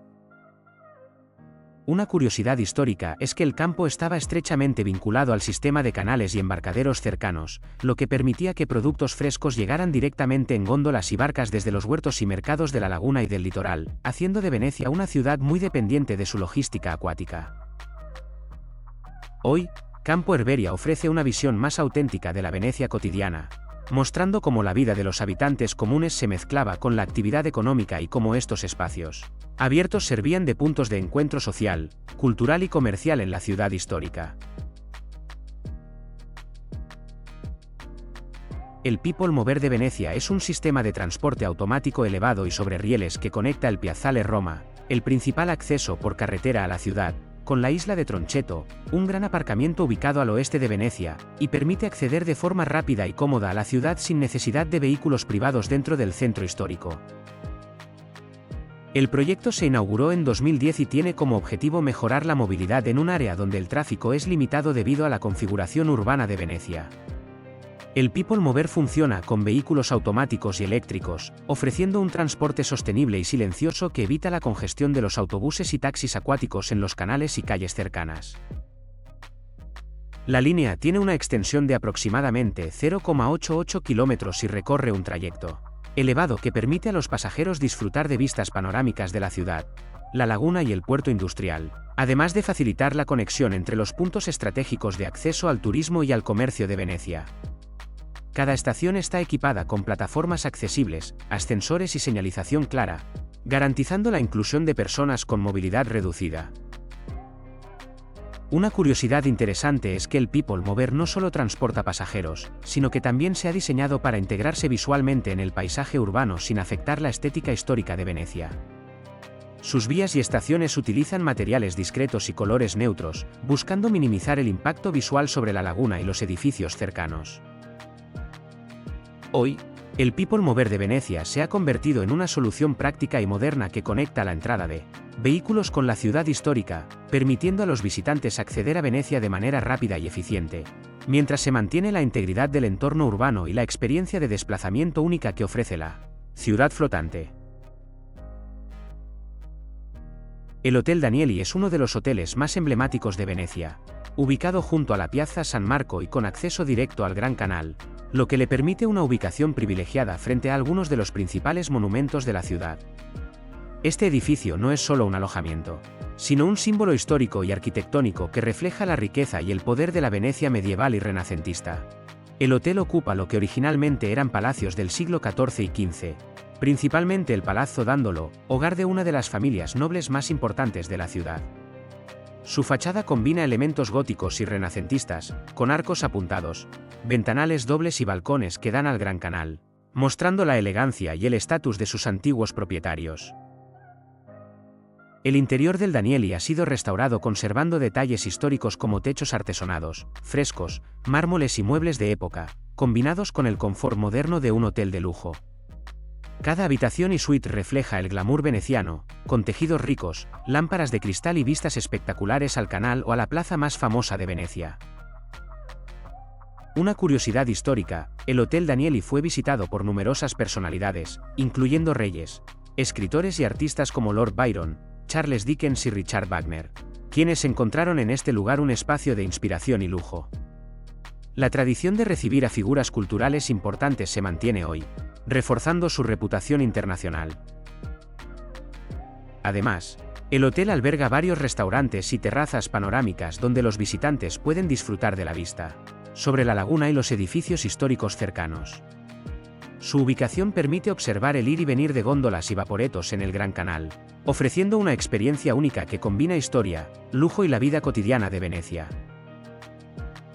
En resumen, el Hotel Danieli no es solo un lugar para alojarse, sino también un testimonio de la historia y la arquitectura veneciana, una mezcla de patrimonio, arte y tradición que permite comprender cómo las familias nobles y los visitantes ilustres vivían y se relacionaban en el corazón de Venecia. La isla de San Michele se encuentra en la laguna de Venecia, separada del centro histórico por un canal y accesible principalmente en Vaporetto. Es conocida por ser el cementerio de la ciudad, un lugar con un carácter único que combina historia, arte y naturaleza. San Michele se convirtió en cementerio a partir de 1807, cuando Napoleón Bonaparte ordenó trasladar los enterramientos fuera del centro urbano por motivos de salubridad. Desde entonces, la isla ha sido el lugar de descanso final para numerosas personalidades venecianas y figuras internacionales. Entre los enterrados se encuentran escritores, músicos y artistas, como Sergei Diaghilev, fundador de los ballets rusos, y el compositor Igor Stravinsky. En el centro de la isla se encuentra la iglesia de San Michele in Isola, construida en el siglo XV y remodelada posteriormente con influencias renacentistas. Su fachada sobria y elegante está realizada en ladrillo visto, y su interior alberga un altar principal y varias capillas donde se realizan ceremonias religiosas y conmemoraciones. La iglesia, además de cumplir una función espiritual para los funerales, sirve como símbolo arquitectónico que domina visualmente la isla y se integra con los panteones y mausoleos circundantes. La isla está organizada de manera ordenada, con caminos arbolados que cruzan zonas de sepulturas y mausoleos. Las capillas y panteones muestran una gran diversidad de estilos arquitectónicos, desde el neoclásico hasta el modernista, reflejando el gusto y la influencia de distintas épocas y familias. Una curiosidad interesante es que la isla funciona como un espacio verde dentro de la laguna. Más allá de los cementerios, los jardines y los árboles hacen de San Michele un refugio tranquilo, donde se percibe el silencio interrumpido solo por el movimiento del agua y los pájaros. Esto genera una atmósfera muy diferente a la de los canales más concurridos de Venecia, permitiendo a los visitantes reflexionar sobre la historia, la memoria y la vida de la ciudad desde un lugar contemplativo. San Michele también refleja la forma en que Venecia ha tenido que adaptarse a su geografía única. Una ciudad construida sobre agua que necesitaba espacios funerarios seguros, alejados de los canales urbanos para evitar riesgos sanitarios. Hoy, la isla sigue siendo un símbolo de respeto, memoria y patrimonio cultural, combinando historia, arquitectura funeraria, la iglesia renacentista y un paisaje sereno que se integra con la laguna.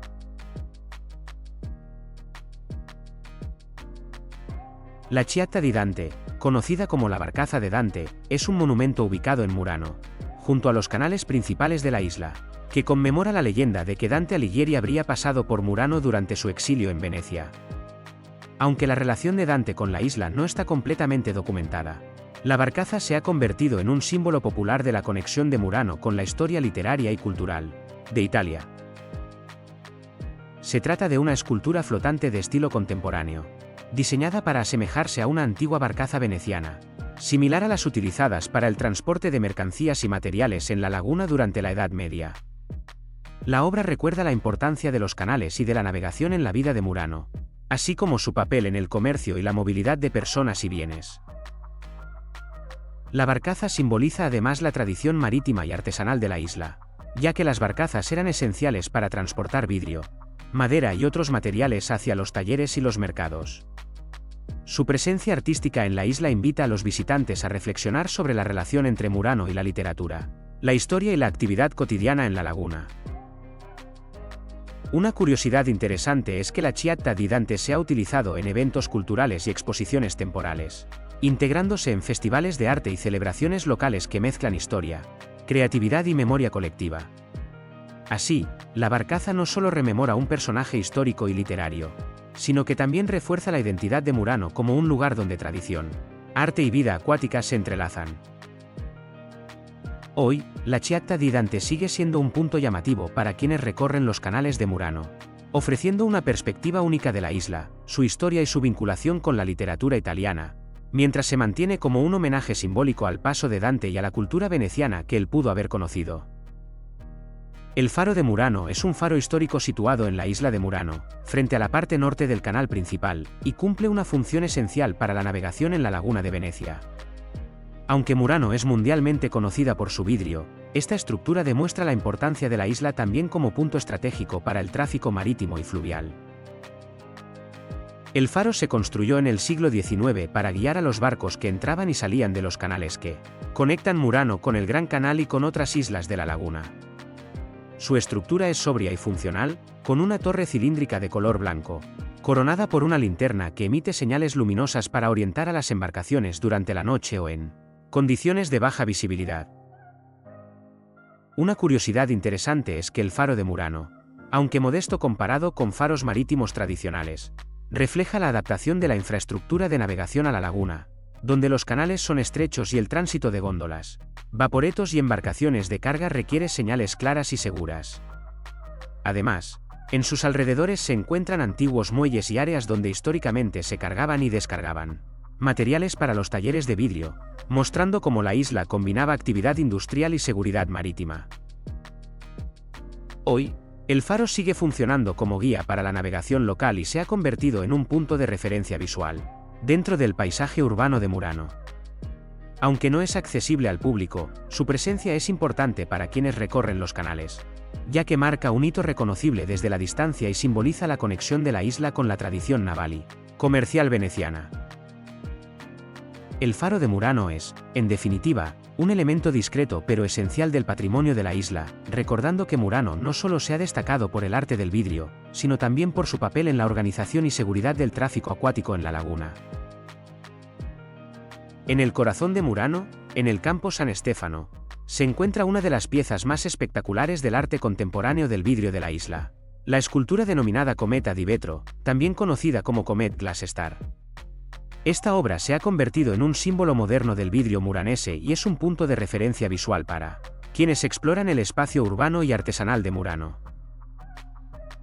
La Cometa di Vetro fue creada en 2007 por el maestro vidriero Simone Cenedese, un artista y empresario nacido en Murano que combina la milenaria tradición del trabajo del vidrio con el diseño contemporáneo. Cenedese proviene de una familia profundamente vinculada al oficio del vidrio en Murano, y su obra representa la continuidad y evolución de esta técnica artesanal. Esta impresionante escultura está compuesta por cientos de elementos de vidrio soplado a mano, que se disponen radialmente formando una estrella o cometa gigante. Los elementos, en tonos generalmente azules y otras variantes de color según la luz, irradian en todas direcciones desde su núcleo, creando una sensación de movimiento congelado, casi como una explosión lumínica capturada en el cristal. La obra fue concebida originalmente como parte de las celebraciones navideñas en Murano, en el marco del evento local conocido como Natale di Vetro, Navidad del Vidrio, pero debido a su enorme impacto visual y emocional fue instalada de forma permanente en el campo, donde sigue atrayendo la atención de visitantes y locales. La Cometa di Vetro no es solo un objeto decorativo, es una declaración de cómo el vidrio de Murano sigue vivo como medio artístico. Su apariencia cambia según la luz del día, por la mañana puede verse casi transparente y delicada. Al atardecer sus colores se intensifican y al caer la noche puede iluminarse de forma atmosférica, dando una sensación casi cósmica al espacio donde se encuentra. Para muchos habitantes de la isla y amantes del vidrio, esta escultura representa también la idea de Murano como un lugar donde la tradición artesana y la innovación artística se intersectan, proyectando la historia del vidrio más allá de la funcionalidad tradicional hacia formas escultóricas contemporáneas. La Cometa di Vetro es, en suma, un ejemplo de cómo el vidrio muranese no solo se conserva como técnica histórica sino que sigue evolucionando como expresión artística en el espacio urbano de la isla, combinando tradición, creatividad y espectáculo visual. La Torre del Reloj de Murano, conocida en italiano como Torre del Orologio, es uno de los monumentos históricos más reconocibles de la isla. Se ubica en el campo San Stefano, junto a la iglesia principal de Murano, y forma parte del conjunto urbano que marca el corazón administrativo y religioso de la isla. La torre data del siglo XV, aunque ha sufrido restauraciones a lo largo de los siglos para mantener su estructura y su mecanismo de reloj en funcionamiento. Su estilo arquitectónico combina elementos góticos y renacentistas, con una fachada sobria, ventanales en arco y una estructura robusta que la hace visible desde distintos puntos de la isla y de los canales cercanos. El reloj original no solo tenía una función práctica, marcando las horas para los habitantes y los talleres de vidrio, sino que también era un símbolo de orden y organización cívica. Durante siglos, la torre ayudó a coordinar las actividades económicas y religiosas de Murano, especialmente las relacionadas con los talleres de vidrio y el comercio local. Una curiosidad, la torre está coronada por un campanario con campana, que históricamente se utilizaba para llamar a los residentes a misa y avisar de eventos importantes, como incendios o celebraciones. Esta función reflejaba la importancia del tiempo y la puntualidad en la vida cotidiana de la isla, especialmente en un lugar donde la actividad artesanal y la navegación eran esenciales. Hoy, la Torre del Reloj sigue siendo un punto de referencia arquitectónico y cultural. No solo marca las horas, sino que también forma parte de la identidad histórica de Murano, recordando cómo la isla combinaba vida cívica, religiosa y económica en un espacio compacto, integrado por canales, campos y edificios emblemáticos. La torre permite a los visitantes comprender mejor la organización urbana de Murano, mostrando cómo incluso una isla pequeña podía tener estructuras dedicadas al tiempo, la administración y la cohesión social, elementos que fortalecieron su prestigio dentro de la laguna veneciana. El Palazzo da Mula se encuentra en Murano, la famosa isla veneciana reconocida mundialmente por su tradición en la fabricación de vidrio artístico. Este palacio es un ejemplo destacado de la arquitectura residencial de los siglos XVII y XVIII en la isla, vinculada a familias acomodadas de maestros vidrieros y comerciantes. Su nombre, da Mula, proviene de la familia que lo habitó y que tuvo un papel relevante en la vida social y económica de Murano durante esa época. El edificio se distingue por su fachada de estilo renacentista tardío, con grandes ventanales, balcones y detalles decorativos que reflejan la importancia y el estatus de sus propietarios. Aunque es más sencillo que los palacios de Venecia en el Gran Canal, el Palazzo da Mula mantiene la elegancia característica de las residencias de familias pudientes de la isla, con proporciones equilibradas y materiales locales adaptados al entorno acuático. El palacio no solo servía como vivienda, sino también como centro de actividad y representación familiar, donde se recibían invitados, se mostraban colecciones de objetos y obras de arte, y se consolidaban relaciones comerciales.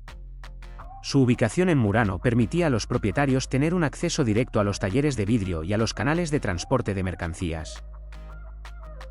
Una curiosidad, muchas de las casas y palacios de Murano, incluido el Palazzo da Mula, estaban diseñados pensando en la logística del vidrio, con muelles privados o espacios de carga junto a los canales, lo que permitía trasladar piezas de gran valor directamente desde los talleres hasta las góndolas y barcos que las distribuían por Venecia y Europa.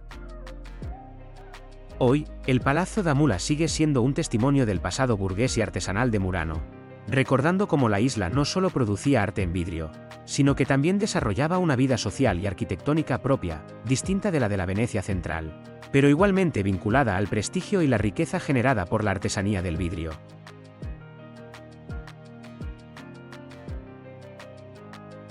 Ahora estamos en Burano. Burano es una de las islas más especiales de la laguna de Venecia y merece la visita por motivos muy claros. Aquí no se viene a buscar grandes monumentos ni arquitectura monumental, sino una identidad propia, profundamente ligada al mar y a la vida cotidiana. Burano ha sido históricamente una isla de pescadores, y todavía hoy conserva un ritmo y una escala humana que la diferencian de Venecia. Uno de los rasgos más reconocibles de Burano son sus casas de colores vivos, pero este color no nació como un recurso estético ni turístico. Su origen está vinculado a la vida marinera. Los pescadores pintaban las fachadas con tonos muy intensos para poder reconocer sus hogares desde la laguna, incluso en los días de niebla espesa, frecuentes en esta zona. En la actualidad, estos colores están regulados por el ayuntamiento, y los propietarios deben solicitar permiso para repintar sus viviendas, respetando una paleta cromática oficial que protege la identidad visual de la isla. Otro motivo fundamental para visitar Burano es su tradición del encaje, una de las más prestigiosas de Europa desde el siglo XVI. El encaje de Burano alcanzó gran fama en las cortes europeas y fue durante siglos un pilar económico de la isla. Este trabajo artesanal estuvo ligado sobre todo a las mujeres, que transmitían las técnicas de generación en generación, convirtiendo el encaje en un símbolo cultural que todavía hoy define a Burano. Una curiosidad que aporta valor es que Burano sigue siendo una isla habitada, con vida local real. Aquí hay colegios, mercados, bares de barrio y vecinos que se conocen, algo cada vez más difícil de encontrar en la laguna veneciana. Burano no es un decorado, es una comunidad viva. Ahora, nos situamos en la vía Baldassarre Galuppi. Esta es la calle principal de Burano y el eje que atraviesa la isla de un extremo a otro. Es una vía amplia y rectilínea, poco habitual en el mundo veneciano, y funciona como el corazón social y comercial de la isla. Por aquí pasan residentes, comerciantes y visitantes, mezclando la vida cotidiana con la actividad turística. La calle lleva el nombre de Baldassarre Galuppi, compositor del siglo XVIII nacido en Burano en 1706, conocido como il Buranello. Fue una figura clave de la música barroca y de la ópera bufa italiana, con una carrera internacional que lo llevó a trabajar en Venecia, Londres y San Petersburgo. Dedicándole esta calle, Burano reivindica su legado cultural más allá de la imagen colorida por la que es conocida.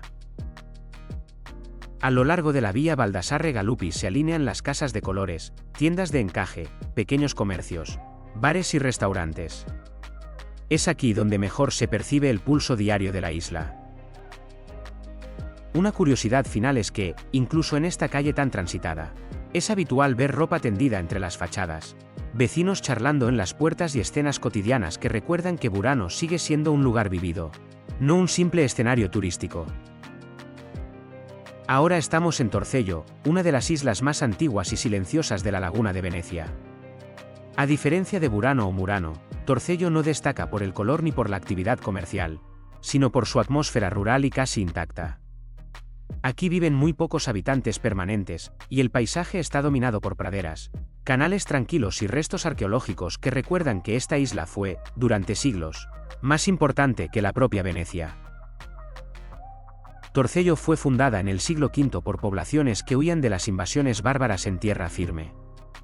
Durante la Alta Edad Media llegó a tener miles de habitantes, obispado propio y un papel clave en el comercio de la laguna. Sin embargo, con el paso del tiempo, el progresivo enlodamiento de los canales y la malaria provocaron su despoblación. Hoy, Torcello es casi un paisaje histórico detenido en el tiempo, ideal para comprender los orígenes de Venecia. Nos encontramos ahora en el Ponte del Diavolo, el Puente del Diablo, uno de los lugares más singulares y fotografiados de la isla. Es un puente de ladrillo de origen medieval que llama la atención por un detalle muy poco común: no tiene barandillas. Este rasgo no es decorativo, sino histórico. Muchos puentes antiguos de la laguna se construían así, y solo más tarde se generalizó el uso de pretiles por razones de seguridad. El nombre de Ponte del Diavolo está rodeado de leyendas populares. Una de las más conocidas cuenta que el diablo ayudó a construir el puente en una sola noche a cambio del alma del primer ser que lo cruzara. Para engañarlo, los habitantes hicieron pasar a un animal, frustrando el pacto. Estas historias forman parte de la tradición oral de Torcello y refuerzan la sensación de misterio que rodea a la isla, especialmente al atardecer o con niebla. Una curiosidad que aporta valor es que, muy cerca de aquí, se concentran algunos de los restos más antiguos de la civilización veneciana. A pocos minutos a pie se encuentran la Basílica de Santa María Assunta, con sus impresionantes mosaicos bizantinos del siglo XI, y la iglesia de Santa Fosca. Esto convierte a Torcello en un lugar clave para entender cómo era la vida en la laguna antes del esplendor de la Serenísima. Estar en el Ponte del Diavolo no es solo cruzar un canal. Es situarse en uno de los puntos donde la historia, la leyenda y el paisaje se mezclan, ofreciendo una visión muy distinta y más profunda de lo que fue el origen de Venecia. Ahora estamos ante la Basílica de Santa María Assunta de Torcello, el edificio más importante y antiguo de la isla, y uno de los monumentos clave para entender los orígenes de Venecia. La basílica fue fundada en el año 639, lo que la convierte en una de las iglesias más antiguas de toda la laguna veneciana. Fue construida cuando Torcello era un centro urbano próspero, con miles de habitantes, obispado propio y un papel fundamental en la organización política y religiosa del territorio, mucho antes de que Venecia alcanzara su esplendor. El edificio que vemos hoy es el resultado de varias reconstrucciones, especialmente la gran reforma del siglo XI, que le dio su aspecto actual de inspiración bizantina. La fachada es sobria y austera, casi rural, sin grandes decoraciones exteriores, algo que contrasta con la enorme riqueza artística que guarda en su interior. Al entrar, el protagonismo absoluto lo tienen los mosaicos, considerados entre los más antiguos y mejor conservados de Italia.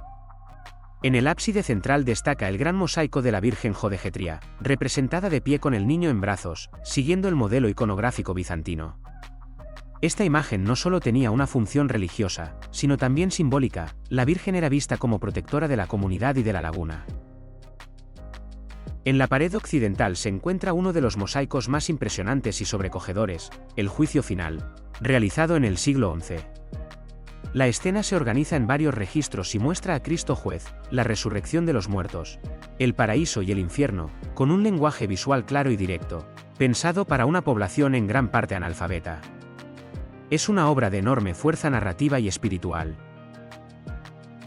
Un elemento clave del interior es el iconostasio, una estructura de mármol que separa el presbiterio de la nave, reflejando la influencia oriental en la liturgia. También destaca el trono episcopal de piedra, símbolo del poder religioso que tuvo Torcello cuando fue sede episcopal, algo que hoy cuesta imaginar viendo la tranquilidad de la isla. Una curiosidad que aporta valor es que esta basílica permite entender cómo era la Venecia primitiva, antes de los grandes palacios, del gótico y del Renacimiento. Aquí se conservan formas, estilos y símbolos de una época en la que la laguna miraba más a Bizancio que a Europa occidental. Visitar Santa María Assunta de Torcello no es solo entrar en una iglesia antigua.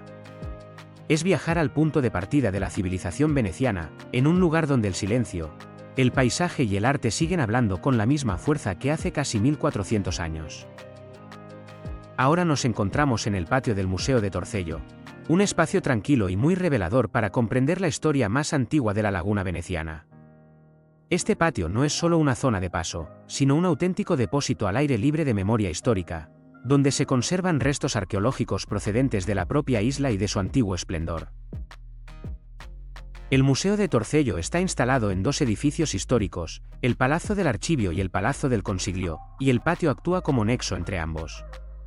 Durante siglos, estos edificios fueron centros administrativos y políticos cuando Torcello era una comunidad próspera, con instituciones propias y una población numerosa. En el patio se pueden observar fragmentos de columnas, capiteles, relieves, sarcófagos e inscripciones que datan de diferentes épocas, desde la antigüedad tardía hasta la Edad Media. Muchos de estos elementos proceden de edificios hoy desaparecidos, lo que convierte este espacio en una especie de rompecabezas histórico de la isla. Uno de los aspectos más interesantes es la presencia de materiales reutilizados, conocidos como spolia. Estas piezas, tomadas de construcciones romanas anteriores, fueron reaprovechadas en edificios medievales, una práctica muy común en la laguna. Esto nos habla de una continuidad histórica y de una forma práctica de construir en un entorno donde los recursos eran limitados. Una curiosidad que aporta valor es que, gracias a estos restos, se ha podido reconstruir parcialmente cómo era la Torcello medieval, con edificios civiles, religiosos y administrativos hoy desaparecidos. El patio funciona casi como un libro abierto que permite leer las distintas capas de la historia de la isla sin necesidad de excavaciones profundas. Este espacio, silencioso y poco concurrido, refleja muy bien el carácter actual de Torcello, una isla donde el pasado no está oculto bajo el turismo masivo, sino expuesto con sencillez. Estar en el patio del Museo de Torcello es comprender que aquí, mucho antes del esplendor de Venecia, ya existía una comunidad organizada, con poder, cultura y memoria. Terminamos el vídeo en una playa del Lido de Jesolo, y el cambio de escenario es total. Después de recorrer islas históricas, calles estrechas, mosaicos milenarios y paisajes de laguna, llegamos al Adriático abierto, a un lugar pensado para el descanso, la luz y el horizonte. El Lido de Jesolo es uno de los destinos de playa más importantes del norte de Italia. Se extiende a lo largo de más de 15 kilómetros de costa continua, con una playa amplia, de arena fina y dorada, orientada al este, lo que permite disfrutar de amaneceres espectaculares sobre el mar.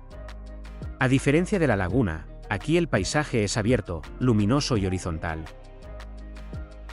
Jesolo nació como zona de marismas y asentamientos agrícolas, pero a partir del siglo XX se transformó en un gran centro turístico de playa, especialmente popular entre familias y viajeros europeos.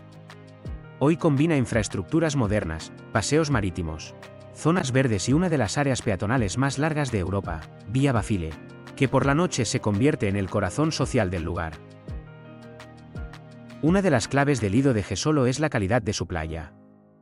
La pendiente suave y la poca profundidad del agua durante muchos metros la hacen especialmente segura. Además, gran parte del litoral cuenta con certificaciones ambientales y servicios bien organizados, algo muy valorado en la costa adriática. Pero lo más interesante, y lo que aporta valor al cierre de este viaje, es su posición estratégica. Desde aquí se puede entender Venecia desde otro punto de vista. Jesolo representa el equilibrio entre turismo moderno y proximidad a uno de los conjuntos históricos más importantes del mundo.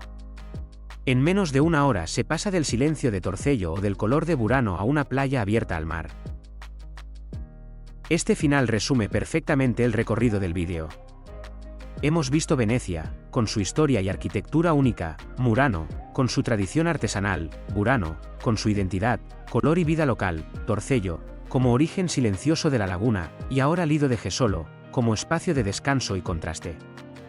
5 lugares distintos, unidos por el agua, pero con personalidades completamente diferentes. La gran conclusión de este viaje es clara: la Laguna de Venecia no es solo una ciudad, es un territorio complejo, lleno de matices, historias y ritmos distintos. Cada isla aporta una pieza para entender el conjunto, y solo recorriéndolas se puede comprender de verdad su riqueza cultural y humana. Aquí, frente al mar, cerramos el recorrido.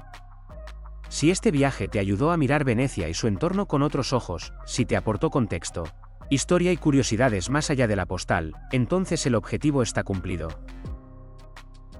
Gracias por acompañarme en esta ruta por la laguna. Esto ha sido Urban Backpack. Nos vemos en el próximo viaje.